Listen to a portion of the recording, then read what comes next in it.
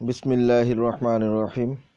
প্রিয় সুধী, আসসালামু আলাইকুম ওয়া রাহমাতুল্লাহি ওয়া বারাকাতুহু। বিশ্ব পরিস্থিতিতে যে টালমাটাল অবস্থা চলছে তার ধারাবাহিকতায় আমাদের এই দক্ষিণ যে এশিয়া, দক্ষিণ এশিয়ার দেশগুলোর মধ্যে বিশেষ করে বাংলাদেশ, ভারত এবং পাকিস্তানেও তার ছোঁয়া কিছুটা হলেও অনেকাংশে অনেক বেশিও স্পর্শ করেছে। আমরা এখন বর্তমান প্রেক্ষাপটে সকলেই যার যার অবস্থান থেকে ঐক্যবদ্ধ হওয়ার মিথ্যা আপ্রাণ চেষ্টা চালাচ্ছি। মিথ্যা বলার কারণ হলো, আমরা যারা মুসলমান তাদেরকে পবিত্র কোরআনুল কারীমের মাধ্যমে আমাদের প্রিয় নবী হযরত মুহাম্মদ সাল্লাল্লাহু আলাইহি সাল্লামকে জানানো হয়েছিল এবং তিনি এই ব্যাপারে 1442 বছর পূর্বে আমাদেরকে পুঙ্খানুপুঙ্খরূপে বলে দিয়েছিলেন। এবং উল্লেখযোগ্য একটি অংশ যেটি এখন আমাদের সাথে অত্যন্ত সামঞ্জস্যপূর্ণ, সেটি হলো 73 ফেরকার ব্যাপারে তিনি খুব দুঃখ ভারাক্রান্ত হৃদয়ে আমাদের মুসলমান জাতিকে সতর্ক করেছিলেন।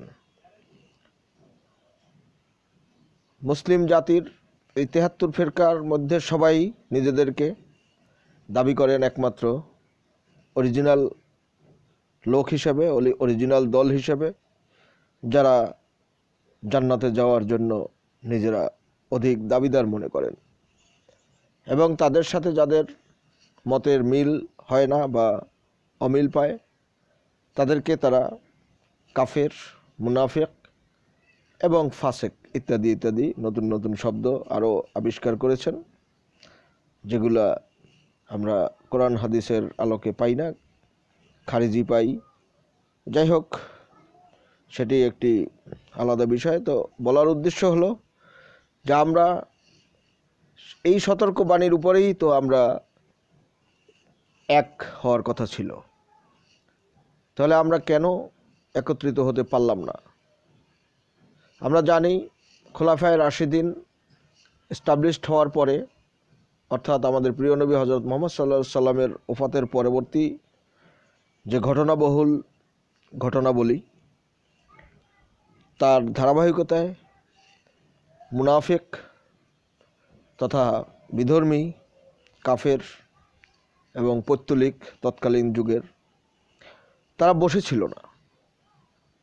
তারা একের পর এক শয়তানের অবর্তমানে, অর্থাৎ শয়তান তো গোপনে দেয় প্ররোচনা, আর এরা দেয় প্রত্যক্ষ প্ররোচনা, যাতে মুসলিম জাতি বিভাজিত হয়। এবং সেই ধারাবাহিকতায় আজকের এই বিভাজনের পরিণতি। এখন সবাই উপলব্ধি করছে যে সকলের এক হওয়া উচিত, কারণ মাইরের শেষ অবস্থানে অবস্থান করছে মুসলিম জাতি। প্রশ্নটা আমার এখানেই যে এখন এক হওয়ার পিছনে কারণটা কি? কারণ আমরা জানি আমাদের প্রিয় নবী হযরত মুহাম্মদ সাল্লাল্লাহু আলাইহি সাল্লাম ভবিষ্যৎবাণী করে গিয়েছিলেন যে শেষ জমানায় কিয়ামত যদি একদিনও অবস্থা বাকি থাকে,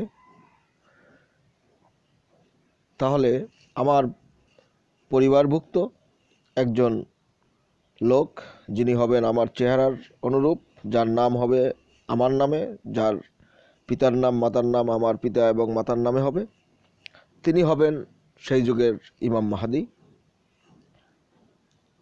তা আমরা সার্বিক ভবিষ্যৎবাণী পর্যালোচনা করলে এবং বর্তমান বিশ্ব প্রেক্ষাপট যদি চুলচেরা বিশ্লেষণ করি, তাহলে দেখতে পাই যে বর্তমান যুগটিই হচ্ছে সেই কাঙ্ক্ষিত ইমাম মাহাদির যুগ।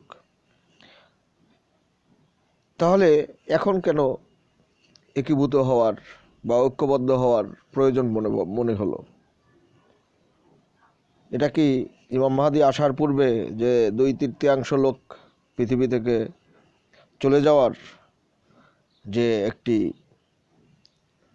ভবিষ্যৎবাণী, সেটিকে ফলপ্রসূ করার জন্য? আমি যদি খোলাখুলিভাবে বলি যে আত-তাকদীরু লা ইয়ারুদ্দু আলাই, আবার লাইসা লিল ইনসানি ইল্লা মা সাআ, অর্থাৎ ভাগ্যের লিখন না যায় খণ্ডন, আবার মানুষের চেষ্টার অসাধ্য কিছুই নাই। এই যে সাংঘর্ষিক দুটি বাক্য, আমরা এও জানি যে আমাদের রূহ সৃষ্টির 50,000 বছর পূর্বে আমাদের রেজেক সৃষ্টি হয়েছে। সে যাই হোক, সেটি আলাদা একটি প্রেক্ষাপট, আরও বিস্তর আলোচনার দাবি রাখে।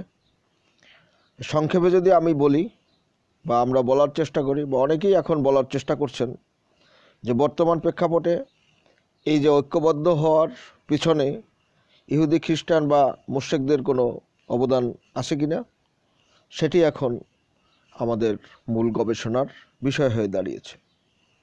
কারণ আমরা জানি বিগত দিনে যে গোল্ডেন টাইম গিয়েছিল, যেখানে ধর্মচর্চার একটি মৌলিক অধিকার সকলের কাছে গ্রহণযোগ্য ছিল, যেটিকে তথাকথিত জঙ্গি তথা আইএসকে সৃষ্টি করে তাদের মাধ্যমে বর্তমান যুগে যেন ইমাম মাহদি তথা ঈসা আলাইহিসসালামের অনুসারী হওয়ার জন্য মুসলিম জাতি সামনের সারিতে না আসতে পারে, এবং যদি আসার চেষ্টা করে তাহলে সকলকে জঙ্গি হিসাবে আখ্যায়িত করার জন্য যা যা করণীয় ইতিপূর্বে সেই মাঠ অলরেডি প্রস্তুত করে রাখা হয়েছে।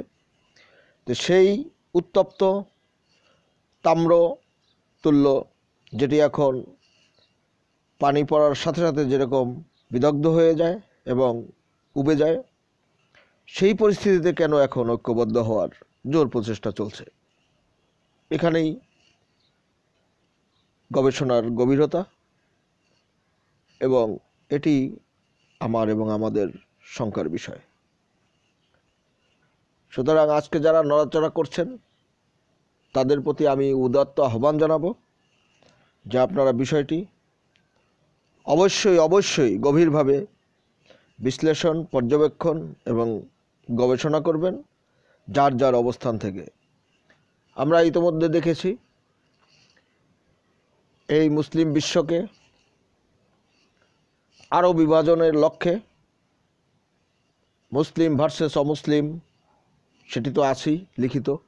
এদের মধ্যে কারা ইসলাম অতিরিক্ত ইসলাম প্রিয়, তাদেরকে একটি সিলমোহর মেরে আলাদা করে রাখা, যাদের উপরে অদূর ভবিষ্যতে স্ট্রিম রোলারটা চালিয়ে দেওয়া যায় এবং সহজেই তাদেরকে নিশ্চিহ্ন করে দেওয়া যায়।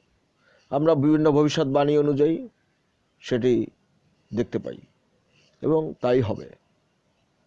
সুতরাং আমি বলবো আমরা সকলেই যেন অতি সতর্ক অবস্থায় এবং সতর্কতার সাথে, অর্থাৎ যখন আমাদের ঐক্য দরকার ছিল তখন কেন ঐক্য হয় নাই, এখন ইমাম মাহদি যখন আসবেন তাকে তো এক রাত্রির মধ্যেই টোটাল প্রস্তুত করে রাখা হবে।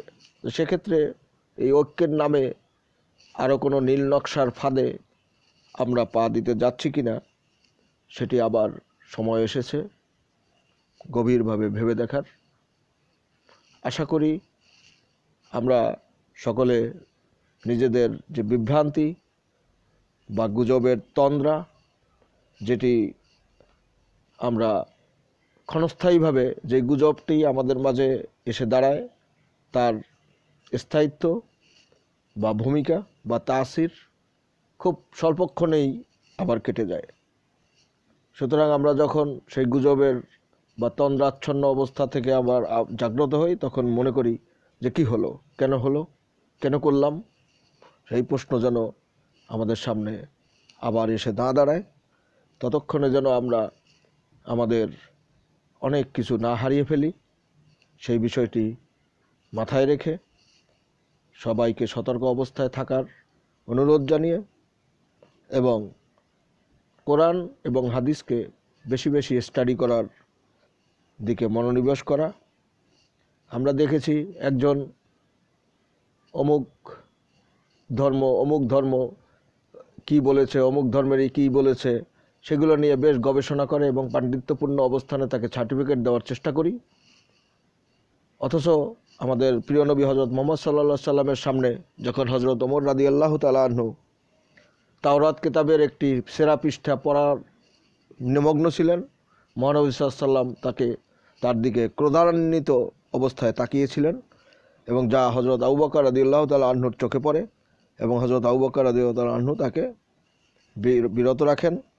তখন হজরত মুহাম্মদ সাল্লাল্লাহু আলাইহি সাল্লাম বলেন যে যদি এই তাওরাত যার উপরে নাজিল হয়েছিল সেই মুসাও যদি আমার সামনে থাকতো তাহলে তিনি ওই তাওরাত বাদ দিয়ে কোরআনের আয়াত সে তেলাওয়াতে নিমগ্ন থাকতো।